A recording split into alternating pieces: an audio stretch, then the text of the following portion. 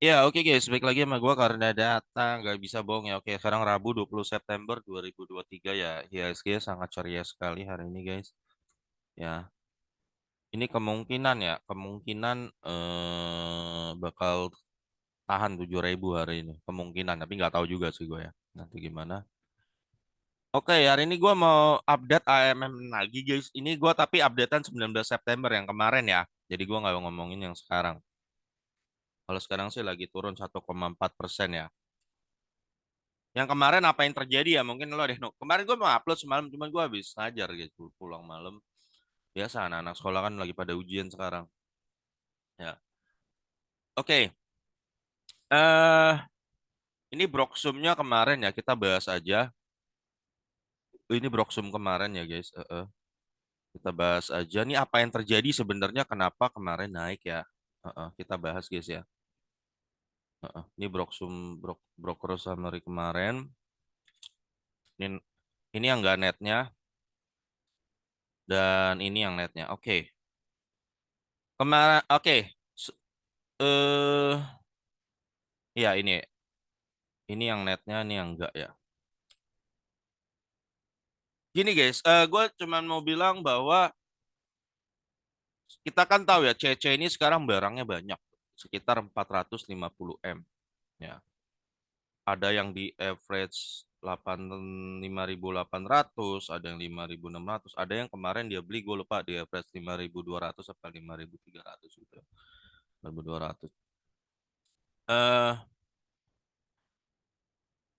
Karena kemarin si CC itu udah banyak makan barang kan kemarin lo ingat yang dia minus 8% itu kan banyak sekuritas buang barang ya. Semua ditampung sama si CC ya. Dia ngabisin saat hari itu tuh 270 M betul ya. Kalau nggak salah di harga 5.200 lah average-nya dia. Dia borong barang. Jadi mostly barang rata-rata punya di dia. Nah, lo harus berpikir gini John. Ya, pikiran lo harus begini. Kalau dia ini kan barang ada dividennya. Dia kalau beli harus jual. Pasti logikanya orang waras, sistem dagang waras saja ya orang waras saja. Kalau gue beli di 5.200, gue harus berusaha naikin. Harus jual minimal 5.300, 5.400, 5.500. Cuman dia terkendala karena dia ada beberapa barang 150 M di average 5.400. Enggak, ada 100 M di average 5.800 dan 70 M di average 5.600. Dia terkendala. Jadi kalau di average ya gue nggak tahu ya kalau lu hitung aja di average mungkin dia average sekitar 5.400 atau 5.500 dia mungkin ya di average segitu. Artinya dia harus jual di atas itu. Permasalahannya gini John. Jadi permasalahannya gini. Kalau retail udah kagak antusias, apalagi habis menor kayak gitu ya. Itu kan retail banyak cut loss tuh. Yang waktu minus 8% itu banyak retail cut loss, John. Ya, makanya termasuk juga banyak sekuritas yang cut loss tuh, Bu. Ya. Membuat retail tuh ada semacam trauma, lumayan trauma lah. Jadi mau tak masuk juga takut. Jadi enggak kan sehingga supaya kemarin kenapa naik sekitar 5%, dia si Cece harus memancing tentunya dengan amunisi yang dia punya, memancing naik supaya retail kembali berani gitu loh ya. Kembali berani. Dan dia nggak bisa jualan semua juga, gue perhatikan karena kelihatannya retail yang antusias udah mulai sedikit. Kelihatan nih di hari ini ya sampai siang ini transaksi cuma 160 M tuh ya. 140 malah. Kemungkinan di akhir cuma tembus 280 ya. Biasanya sampai 600 M, 500 M gitu ya. Berarti kita udah bisa melihat retail udah mulai kurang antusias. Ini problem nih kalau udah begini ya. Karena mungkin retail melihat ada saham lain yang lagi heboh, terutama para copeters ya. Misalnya saham cuan lagi naik, oh, atau apalagi tuh saham-saham yang lagi naik PGEO. Mungkin mereka pindah yang tadi dari AMMN. Ya, mereka cari yang mana. Nah, inilah kalau lu investasi hanya model antusias, ya cuman begitu. Begitu antusiasme hilang ya udah beda kalau lu ada dividen tetap nyantai. Betul, emiten yang lo pegang kadang-kadang dividen loyo gitu ya secara capital gain ya. Tapi kan lo dapat dividen per tahun, jadi tetap santai, lo tetap dapat return ya. Tadi gua kalau nggak salah KKGI naik ya. Tadi gue baru tahu malah dari lo Pak John. 14%, pokoknya gue cuan klotos-klotos dasar capital gain. Itu gue dari minus 30% loh John. Ya, tetap santai aja. Jadi karena gue udah terima 2 kali ya. Nah ini guys, kalau dividen investing kita tetap santai. Ya, karena udah dapat dividen. Capital gain belakangan pasti ngikut. Pasti ngikut John. Ya, yang penting lo sabar mainnya. Tapi kalau lo sukanya mainnya yang bergabung dengan komunitas pencopet ya silakan. Gua sah-sah aja, yang penting lo tahu resikonya. Kalau kalau lo kecopet jangan nangis. Kan mana udah banyak yang cut loss kan waktu dia minus 8% nih di MMN. Oke. Nah, jadi buat si CC sendiri untuk buang barang 450 M itu nggak gampang, Jo. Nggak gampang. Di posisi dia lagi agak sulit menurut gua ya. Gua pribadi ya, posisi dia. Apalagi transaksi hari ini cuma 140 M itu kelihatan. Retail udah banyak yang pindah tersebar-sebar ya. Nah, itu jadi masalah tuh. Ya. Makanya hari ini lo lihat turun kan. Kenapa? Oke, kita lihat broker summary kemarin ya. Ini yang belum netnya ya. Ini yang beli. Oh, apalagi ada si MG nih yang beli banyak juga dia beli nih. Habis itu dia cepet-cepet jual si MG itu mainannya itu guyuran guys. Si ini nih. Ini emang guyur dong. Ini nih, ini yang kemarin bikin TP, menurut gue bikin ini gelabakan kemarin waktu waktu dia kan beli Cece kan waktu itu sempat beli di RP 5.800 100 M ya. Di si MG dia guyur di 5.600 jebret ya. Akhirnya dia harus harus akumulasi lagi di 70 M di 5.600 ya. Nah, ini nih. Lu lihat ya cara-cara model dia trading nih ya. Beli, guyur. Cepet ya. Cece juga berusaha beli, dia jual mungkin barang-barang sisanya yang kemarin di average 5.200 kan kemarin sempat naik ya. Nah, itu sepeda. Nah, ini udah mulai kecil nih, lihat tuh. Ya, udah mulai imbang yang beli cepet buang. Ya, sisanya dikit-dikit netnya lah. Ini malah buangnya gede BK nih ya. Ya. Nah, netnya lo kemarin kayak gini. Netnya yang kemarin ya. Kelihatan si Cece yang beli. Kenapa dia beli paling banyak, guys? Dia ngangkat harga, ya. Ngangkat harga. Tujuannya apa? Supaya retail. Cuma para copeters lihat, wih, ada kehidupan di sini supaya masuk mancing retail gitu loh. Tujuan dia ngangkat harga supaya retail pada masuk sehingga dia bisa buang barang. Tapi masalahnya si Cece ini agak kepepet juga menurut gua karena dia ada barang di average 5.800 lumayan gede. Ya dan 5.600. Jadi dia harusnya minimal mungkin ya dia harus bisa ngangkat di 5.500 menurut gua loh.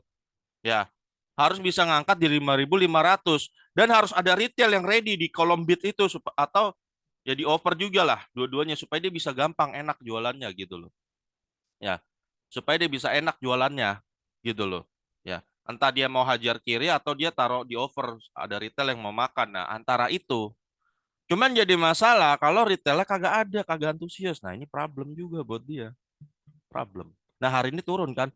Kenapa turun ya? Karena ya ini nih, lu si ini nih, lu tahu kan sini mainannya gimana kan? Ini nih, dia kalau kemarin dia beli nyat segini udah tahu pasti bentaran dia mah model mainnya bentaran guyur, John. Ya, makanya lu lihat tadi ada yang guyur kan? Nih, siapa yang guyur di sini gue tanya. Nah, nanti lu lihat aja di Broxum siapa yang guyur nih. Nih, ini siapa yang guyur nih? Nih, nih, dia average berapa dia? 5.225. Ini siapa yang guyur nih kemarin? Ya, ya. Ini ada yang guyur ini, John. Ya. Yang guyur ini nih bikin ini keteteran si Cece. Nah itu gak. Jadi lu jangan berpikir yang lu sebut sebuah bandar, seorang bandar atau apapun itu maha kuasa nggak juga. Ada batasan. Ini kelihatan dari transaksi hari ini sepi ini amunisi mulai habis. Jangan-jangan juga amunisi mulai habis. Kelihatan kemarin ya. Ini netnya nih CC cuma bisa beli 29 M. Nah, untuk ngangkat ini. apakah amunisi kayaknya mulai habis, bisa jadi. Ini dia kemarin beli, oh dia malah ngangkat. Ini buat ngangkat tuh dia sampai ngabisin 5.300, berarti dia nambah barang lagi kan 29 M. Buat ngangkat ya. Kedua yang beli MG nih, dia 5.341 ya. Dia beli 22 M. Valbury 10 M. Oh ya, kemarin ada yang nanya, wah si CC kan dia underwaternya harusnya punya average 1.600. Lu lihat guys, dia kan modal mainnya jual beli lagi di average atas. Jadi tuh si CC itu juga udah nggak punya lagi average 1.600 atau 3.000. Enggak, average mereka di atas semua guys. Karena mereka mainnya udah jual beli, jual beli, jual beli. Kayak gitu mainan. Jadi jangan harap mereka masih punya lagi average-average yang lama. Nggak punya lagi mereka. Kalau mereka punya, mereka bisa ngedam seenaknya. Berat, itu aja cirinya. Ya, kalau dia nggak bisa ngedam ya berarti dia nggak punya average di bawah itu. Simpel nggak? Jadi terbatas nggak kemampuan yang lo sebut market maker itu terbatas nggak terbatas juga. Terbatas juga. Jadi jangan terlalu takut guys. Investasi di pasar modal itu tidak semenakutkan yang lo kira. Jadi menakutkan karena kadang terlalu dilebih-lebihkan juga power mereka. Terlalu dilebih-lebihkan. Sehingga orang jadi parno kan. Jadi parno gitu loh. Ya. Belum lagi lu ikut aturan mainnya mereka, lu ikut saham pilihan mereka. Jadi lu dibantai enak banget di dam. Ya kenapa ada emiten yang bisa ngedam di sampai gocap ya? Ya itu berarti si ownernya kerjasama sama sekuritas punya average di bawah untuk ngedam lu sampai di gocap. Berarti pasti average mereka di bawah situ. Makanya lu bisa didam sampai gocap. Tapi kalau emiten-emiten yang bener ya, mostly mustahil terjadi itu. Ya, mustahil. Kecil. Ya. Oke, ini yang jualan BNI Sekuritas 13. Lu lihat akumulasi kemarin udah mulai kecil kan. Ini kelihatan dia juga udah cuma bisa kecil nih. Amunisi mungkin mulai habis, bisa jadi. Nah, ini yang nggak netnya ya. Ini nggak netnya. MG dia beli 70 M di 5.300, tapi dia cepet-cepet jual juga. Oh iya tuh, dia cepet jual 50 mm. Untung dikit jual ini si Mangguyur, lihat tuh kan. Dia beli dikit 5.300. 5.354 dia jual, bread. Mainannya begitu dia nih. Ya, jadi si ini bisa dibilang duri dalam daging nih buat sini. Ini duri dalam daging. Nah, lalu jadi lihat ya guys, sesama sekuritas pun saling bisa sikut-sikutan, takut juga John. Ya, takut juga. Ini jadi duri dalam daging nih, Bun.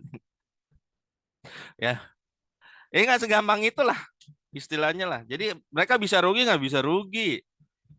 Wah, tapi kan kadang-kadang kita seringnya dikasih sebuah info kan, wah bandar itu nggak mungkin rugi. Sangat maha kuasa sekali gitu kan, sangat maha kuasa. Ada bandar, gue sepakat ada.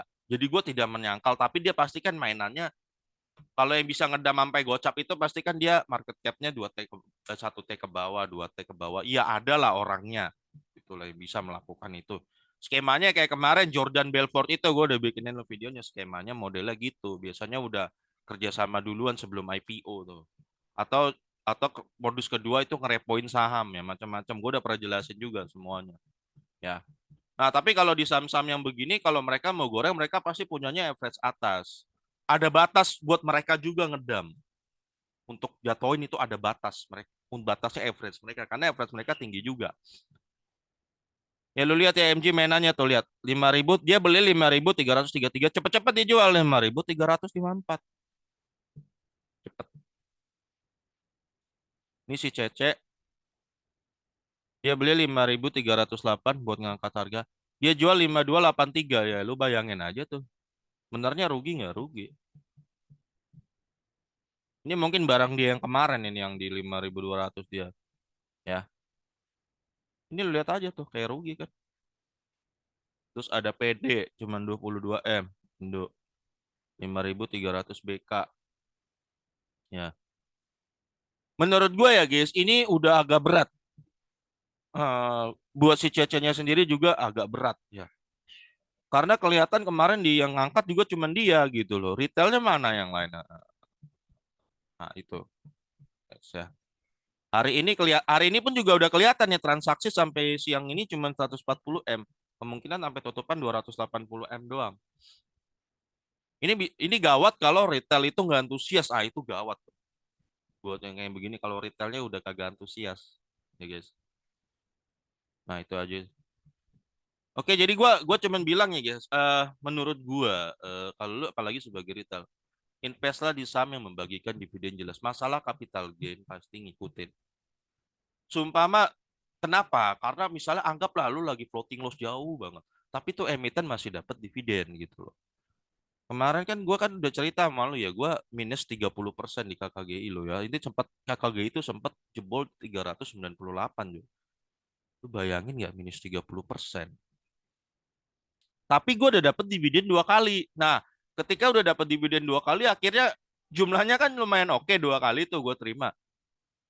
Nutupin lumayan itu loss-loss yang kelihatan ilusi itu ya, floating loss itu udah lumayan, udah nggak kepikiran lagi tau nggak lo. Tapi suatu hari dia naik, ya dia naik karena barangnya basically bagus. Nah sekarang hari ini naik 14%. Tadi gue lihat di porto gue udah plus 10%. 10% Jor. Ya. Dari minus 30%. Nah, terserah lo mau ngikutin yang mana. Apa lo sukanya cari yang di komunitas pencopet? Ya ini ya kayak gini-gini nih. Ya ini kan, oh lagi rame nih. Yang penting volume rame. Oh, lagi bandar lagi pada masuk. Sekuritas lagi pada masuk. Wah lu ikutan. Wah semoga gue bisa nyopet. Oke John, sekali 2 kali lu berhasil. 100% dapat 200%. Mungkin lu sekali 2 kali berhasil. Tapi apa iya lu model main begitu percobaan 3 4 lu pasti berhasil? Itu ibarat kalau di bukunya Benjamin Graham ya, lu ngebut. Oke lah, kalau lu ngebut cepet nyampe kan, cepet nyampe naik motor ngebut. Ya, tapi potensi lu jatuh lebih gede daripada investor yang jalannya nyantai. Gitu. Jalannya nyantai pasti sampai tujuan. Kemungkinan lu jatuh kalau lu ngebut lebih gede. Apa iya di percobaan 3, 4, 5, 6 lu berhasil terus? Jangan-jangan nanti lu pasti suatu hari jatuh deh, John. Suatu hari lu kena di sebuah emiten yang nggak bagi dividen, kenanya dalam. Berat. Wah, di situ langsung shock. 1 2 kali mungkin lu berhasil. Cuan 100%, 200% oke. Tapi lu tanya sendiri apa iya gue di percobaan 2, 3 mainan masuk ke komunitas pencopet, gue berhasil lagi. Nah, itu yang harus lu tanya. Ya. Oke, ya gue rasa MMN sampai sini dulu guys. Hari ini ya coba gue update dulu nih harganya.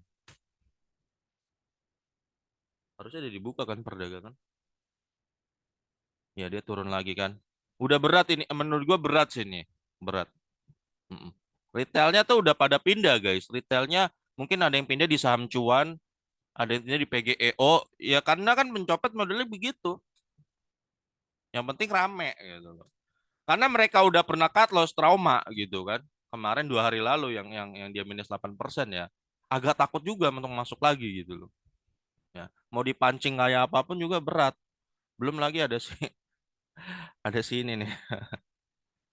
Ini duri dalam daging banget ya sebenarnya nih. Untuk yang suka main copet-copetan ya, ini rajanya nih. Ini kalau gue perhatiin dia transaksi memang hebat banget guys. Mainnya cepet cepet gitu loh dia. Cepet itu. Emang nggak tahu siapa yang dibalik ini. Pokoknya lihai lah gue lihat gerakannya, manuvernya. Oke. Oke guys, gue rasa untuk MM sampai sini ya. Ini untuk yang kemarin ya sebenarnya ya. Ya. Semoga lo dapet ilmu aja. Ya. Menurut gue ada bisa yang lo dapet gitu loh ya. Dari cerita-cerita begini ada manfaat bahwa mereka juga punya batas cuy. Punya batas. Don't worry. Itu aja. Oke guys, sampai ketemu lagi di video gue berikutnya. Karena data nggak bisa